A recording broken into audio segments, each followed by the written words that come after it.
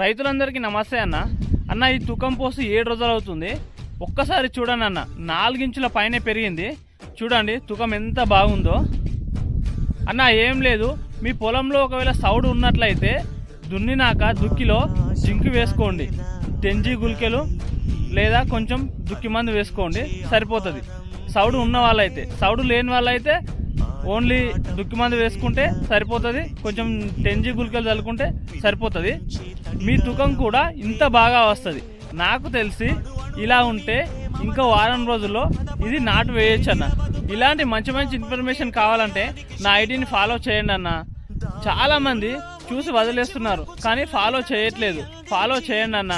నాకు కూడా ఇంకా మంచి మంచి వీడియోలు తీయాలన్న ఇంట్రెస్ట్ వస్తుంది.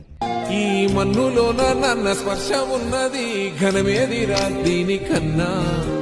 కొండకోనే నీకు అండదండైనది.